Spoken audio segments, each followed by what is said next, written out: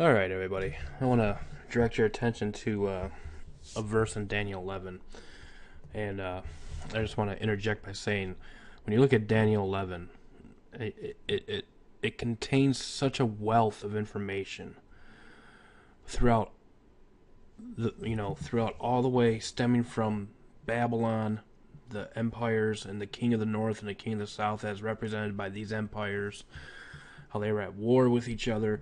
It has such a wealth of information, and even into the time of the end, where you kind of see that things kind of change.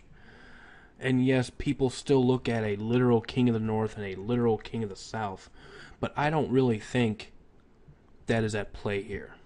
Okay?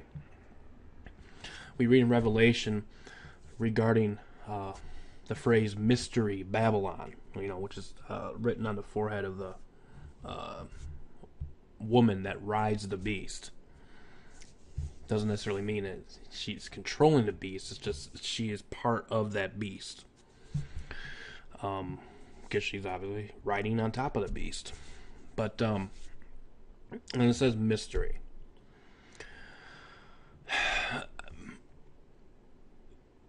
I haven't come across this question, but I'm pretty sure that it may have come across people's minds that you hear the phrase Hegelian dialectic. You have thesis, antithesis, and the main goal is to bring together a synthesis. And you will never really see the players that are behind the scenes who control both sides. Okay? And maybe there are some people that are wondering, is this principle found in Scripture at all? And, well, yeah, very clear as day. And it's just one little tiny verse I want to share with you. And this is Daniel 11:27. This is just one of the many wealths of information, as far as prophecy is concerned, that is in Daniel 11. I don't even understand all of it. I understand portions of it. I understand the symbolic meanings, kind of. The spiritual aspect of the mindset that both these kings are playing on the people now, because that's what it is. It's a mindset, and Satan knows this.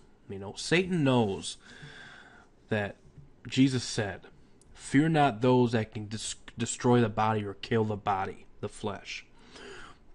But fear him, God, which is able to destroy both body and soul in hell." Soul, mind, body, and soul. The thing is the mind or the heart and the soul, it kind of goes together. And if Satan can create something to get you to turn and focus on something else in a literal sphere, then he can probably alter your mindset, and then you will more likely be deceived. I don't know if you kind of understand where I'm getting at. I'm going to give you an illustration here in a moment, okay? But Daniel 11:27 says, "And both these kings' hearts shall be to do mischief." Both these kings, the king of the north and the king of the south. Okay, so they both are working, they both are working together, essentially, okay? Why? Because it says, "And they shall speak lies at one table, but it shall not prosper, for yet the end shall be at the time appointed." Okay, so we see this whole Hegelian principle in this little verse of how these elites, if you will, is going to bring about certain things to, basically the ultimate goal is to fool the Christian, is to deceive the Christian. Because they don't have to deceive Judaism. Satan doesn't have to deceive Islam. Satan doesn't have to deceive Catholicism. Satan doesn't have to deceive any of these other religions. The main concern is Christians. Okay? He's already got those people. Now, obviously, he'll have to work overtime if one of those people convert and accept Jesus Christ, obviously. But, at this time, currently, people right now in these other religions, he's already got them. Okay? And, folks, what you see going on in Israel, Syria, Iraq, with ISIS, Hamas, even the IDF, all these people that you see, even on the alternative news and mainstream news and these types of things, folks, this is what I like to call pawns. All of them are pawns. All of them are pawns. All of them. Okay? No matter if it's Jew, Muslim, they're all pawns. And I want to take you to Revelation chapter 13 before I go into the illustration here. Revelation 13:1 through 4. And I stood upon the sand of the sea, and I saw a beast rise up out of the sea. Sea is a multitude, nations, tongues, and these types of things. You go into Daniel 7, you realize that a beast is a king or a kingdom. Okay? And here this beast in Revelation chapter 13 is picking up on all those beasts that are referenced in Revelation 7. And when you look further into it, you'll find out that this has all the earmarks and is, in fact, the papal system, or Rome. A lot of people just like to call it Rome. With a queen at its head and the mother, which is the church, the universal church, Catholic Church, what have you, and these types of things. But I really want you to pay real close attention here. Now, obviously, it says, the beast which I saw was like unto a leopard, and his feet were as the feet of a bear, and his mouth as the mouth of a lion. And the dragon gave him his power, and his seat, and great authority. So even though the dragon gives this system its power, its seat, its great authority, like the papacy, or whatever, he is the physical king representative of the dragon. Obviously, the dragon is above him. The king of kings, little k, because obviously he wants to be like the Most High and these types of things. And it goes into the deadly wound, and I saw one of his heads as it were wounded to death, and his deadly wound was healed, and all the world wondered after the beast. And the fourth verse, this is very important. And they worshipped the dragon. It doesn't say they knowingly worshipped the dragon. It says they worshipped the dragon, which gave power unto the beast. And they worshipped the beast, saying, who is like unto the beast? Who is able to make war with him? See, this is why it's so important when you see phrases like, wherefore come out from among them, in Scripture. Wherefore come out from among them, and be ye separate, saith the Lord, and touch not the unclean thing, and I will receive you. And come out of her, my people, and be not partakers of her plagues, or sharers in her sins. Okay, speaking of this mystery, this mother of harlots, this Babylon. We are to come out of this. Why? Because if you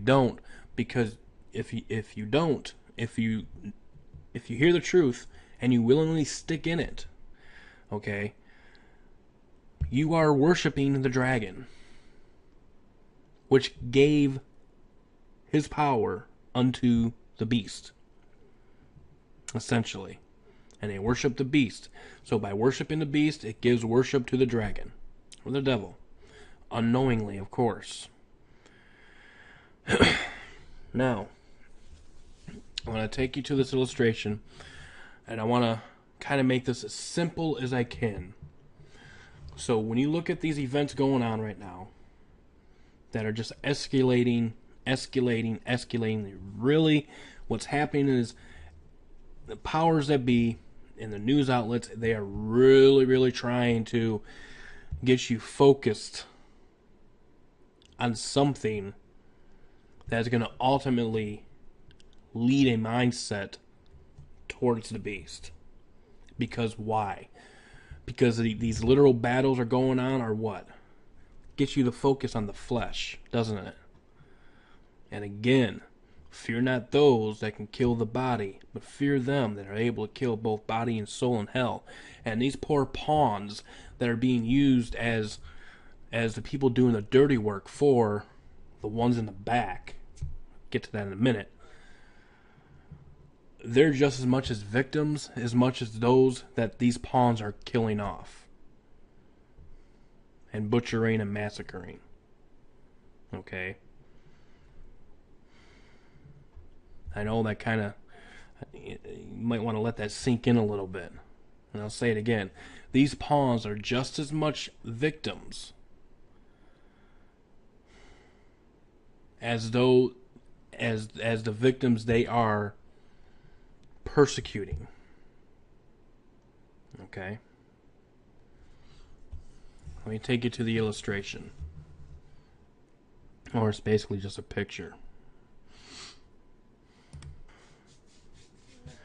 Okay, what you see before you is a chessboard.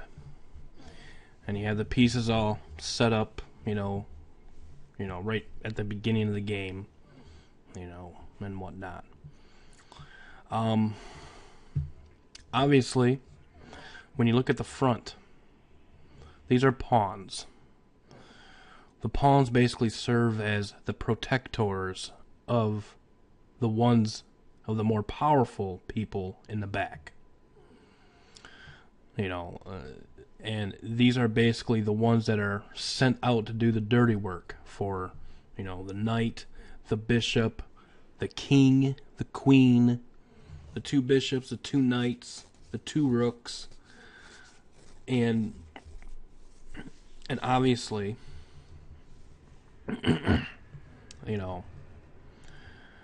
this is how this works, okay? Like, obviously in the game of chess, you do have a player versus a player, okay? But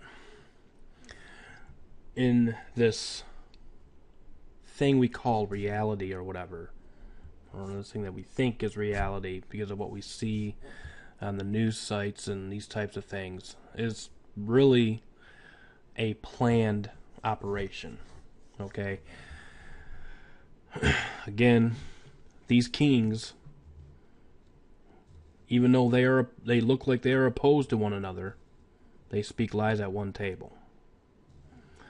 And let's take a look at this, for example, as, let's just say this is the IDF right here, okay? And this is Hamas. The Hamas here are represented as the pawns. The IDF here is represented as, the Israeli military or what have you. And instead of having two sets of kings, let's just say there's one set of kings. And these kings basically send their pawns out to fight battles against each other. Rockets firing into Israel, Israel firing back, and these types of things. You have the same thing going on with ISIS. ISIS is the pawns. Okay? ISIS are the pawns. The Syrian rebels are pawns. And how is this Hegelian dialectic thinking, thesis, antithesis, is working out? Well, obviously you have the pawns fighting against each other, while the ones behind the scenes, let's just say behind, are speaking lies at one table, discussing issues to how to bring about the final events, which would be a counterfeit, I believe, of how they want things to go. And if God allows this counterfeit to go, and the counterfeit is basically what the modern view of prophecy is today, then it will happen. Okay, that's if God allows it. Because again, it's just like Hollywood. You hear people that give weekly messages will say, like the alien agenda, for example. You'll hear them say, well, Hollywood doesn't spend all this money on this alien agenda by making all these alien movies for no reason. Well, it's the same thing with this whole dispensational theology of prophecy and the rapture and these types of things, the 7-year tribulation, which is false. Okay? 7-year tribulation is not even mentioned in the Bible. They get it from Daniel 9:27 because they think there's a gap, but Daniel 9:27 is all about the Messiah. It is only about the Messiah. It's about the coming of the Messiah, the first advent. Okay? And but they'll turn around and just totally twist it and say, oh, there's a gap here. And this theory, the 7-year tribulation and these types of things, there has been so much money pumped into this. You can go to your regular Christian bookstore and these types of things. And folks, just like what people say about the alien agenda in Hollywood, I will say this about Hollywood and the rapture agenda, is they don't spend all of this money. Like, they're making a new Left Behind movie now. It's coming out next month. They don't spend all this money unless there is something going on behind the scenes in order to deceive, if possible, the very elect. And like I said, just like pawns in a chess game, these serve as the dirty workers. Okay? Both of these pawns are victims. Where rather knowingly or unknowingly are worshiping the dragon, which gave the beast its power and great authority. Okay? So, I hope this has kind of helped you understand a little bit about this whole situation with these wars and these types of things. And folks, just you got to be very careful not to get sucked into the fleshly mindset of rah-rah this or rah-rah that. Okay? Because the battle is not a fleshly battle. It's a spiritual battle. All of this is what you see right here. Pawns in the game of chess. Truth be told, truth be known, stay safe. God bless. We'll see you next time. Bye-bye.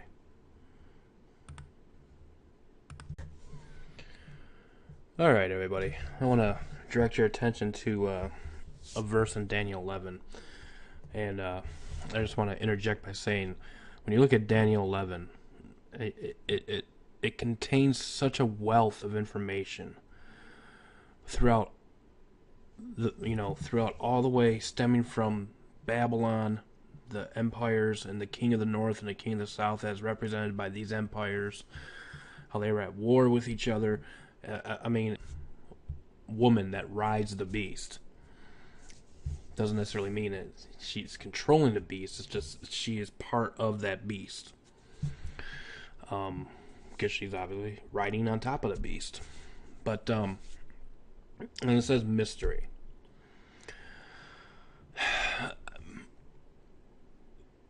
I haven't come across this question, but I'm pretty sure that it may have come across people's minds that you hear the phrase Hegelian dialectic. It has such a wealth of information, and even into the time of the end, where you kind of see that things kind of change.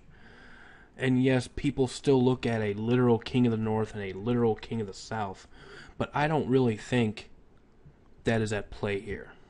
Okay?